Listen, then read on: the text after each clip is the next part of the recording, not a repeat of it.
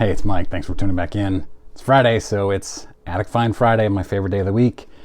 Today, well, first of all, before we get to Attic Find Friday, I want to remind you, last night, my episode of Hobby Think Tank came out. I thought it was a lot of fun. It's the best and worst places to buy sports cards in 2023. Had a great conversation with Danny. Next reminder is that by the way, that's on Bench Clear Media. Go check that video out, Hobby Think Tank. And then Sunday night is the giveaway 3,000 subscriber live stream. I expect to go about an hour. Maybe it'll go longer if it's as awesome as it was last time. I'm going to go through a bunch of interesting news things that I just haven't had time to get into a video, haven't had time to do any shorts. But I'll also open it up to comments, questions, and you can ask me questions and I'll take a break from speaking and then I'll read through the questions and answer as many as I can. So should be fun. Last time was awesome. Let's see if we can get to 100 people in the live stream this time. All right, let's talk about attic finds. And this is actually, I'm abusing the term attic find a little bit because this is such an awesome story. This is a storage locker find. There's just not enough attic finds to get a full 52 weeks worth. But, I think that it's valid. Storage locker find, it is also not a baseball card or even a sports card. It is in fact the very same collectible that I did a video on a month or two ago.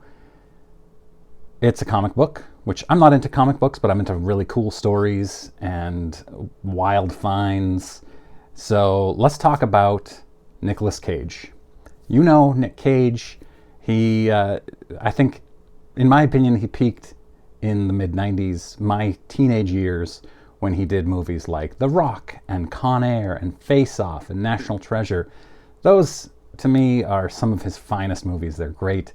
He's famously not a great actor, but he does awesome movies and he's really good in them. Fun little fact about Nick Cage is that his real name is Nicolas Coppola. He is the nephew of Francis Ford Coppola. When he got into Hollywood, he didn't want to use his family name to be successful, to get parts. So he was a huge fan of comic books. And this is important to the story. He's a huge comic book fan. And he was a big Ghost Rider fan. And apparently the main character in Ghost Rider is Luke Cage. So he decided to change the name to Nicolas Cage. So he would have a non-family name and not need to use it to be successful. Interestingly, he went on to play Ghost Rider, I guess, at some point. I don't do comic books. I don't like Marvel movies or superhero movies, so I'm not an expert on this, but I love a great story. And the story starts in 1999. Nick Cage had a big party on New Year's Eve, and he had comic books framed on walls around his mansion.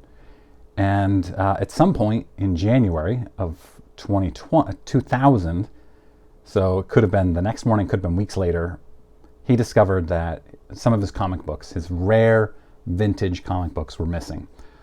One of them was Action Comics #1, which was the first appearance of Superman. Now, not only was Nick Cage a big Ghost Rider fan, he's a huge Superman fan as well.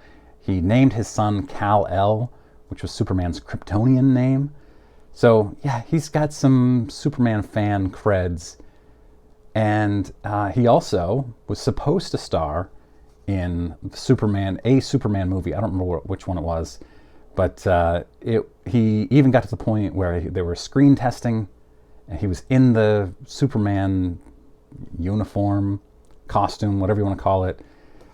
That's how big of a fan he is. So when he lost, or his Action Comics #1 was stolen, he was devastated. Filed a police claim. It ended up going to LAPD's Art Theft Division, and the lead of the case was a man named Detective Hrycik. I'm probably pronouncing that wrong. Hrycik, maybe. What else was stolen in there? He was also missing Detective Comics #27, which was the first Batman appearance, also a very valuable issue. But the Action Comics #1 is the big one. I did the video on that a month or so ago, where the family was in foreclosure and they found Action Comics #1 in the attic and was able to save their family home. Great story. That one in 2010 sold for $1.5 million, if I remember correctly, which was a record at that time. We're going to get to that. And you're probably wondering, why is he telling us this story? What does this have to do with an attic find or a storage locker find? I promise we'll get there. There are only about 100 of these comic books known to exist at all. The Action Comics #1. Cage paid $150,000 for his in 1997, so he'd owned it about a little more than 2 years when it was stolen from his home. There were a few others that were stolen right off his walls, apparently, framed, but from what I gather, not yet graded by CGC. Over the next decade, this detective of LAPD Art Theft Division got countless leads. He even traced down one lead to, I think it was a Tennessee safe deposit box, and ended up being a false lead. Somebody was trying to fool them. But in 2011, April 2011, somebody bought the contents of an abandoned San Fernando Valley storage locker through American Auctioneers, some auction house out in that area. And when they got in there, they found the treasure. This Nick Cage stolen merchandise.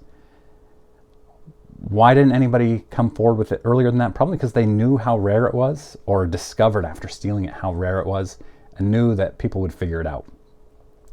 So Dan Dotson of Storage Wars brokered a deal to get the comic book back to Nick Cage. Now the card, by my research, the comic had not yet been graded. So how did they know it was that Nick Cage issue? Basically through pictures of the original. There were markings on it that were original, as you can imagine, from a vintage comic book, the way it was worn. And they said without a shadow of a doubt it was Nick Cage's. And it's much easier, of course, when there are only 100 known in existence. You know, if somebody were to find my 1989 Ken Griffey Jr. Donruss card, it's going to be a lot harder to say confidently, yeah, that one's mine. So Nick Cage was very happy to get it back, but part of the problem is he had filed a claim against his insurance that it was stolen, so it was actually technically owned by his insurance company. And the reports all say that Nick Cage sold the comic book a year later, a little under a year later. But I suspect that money actually went to his insurance company, or maybe they took part of it based on the value that they had given to him and then gave him the rest of the profit. I'm not really sure. No information to be found anywhere on that. So what did they sell it for? $2.16 million. Remember, a year before that, that family had sold theirs for about $1.5 million to save their home from foreclosure.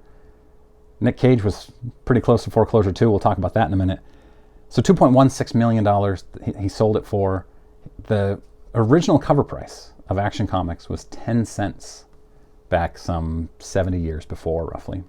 The Detective Comics number 27, the first appearance of Batman, is still missing to this day from articles I found just in 2022.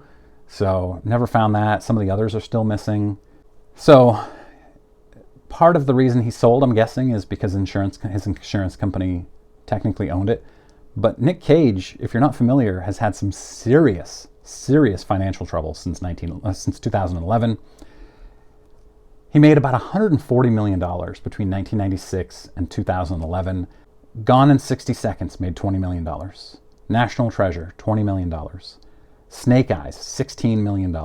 Wind Talkers, I don't even know what that is, $20 million. And of course he had Con Air, Face Off, The Rock.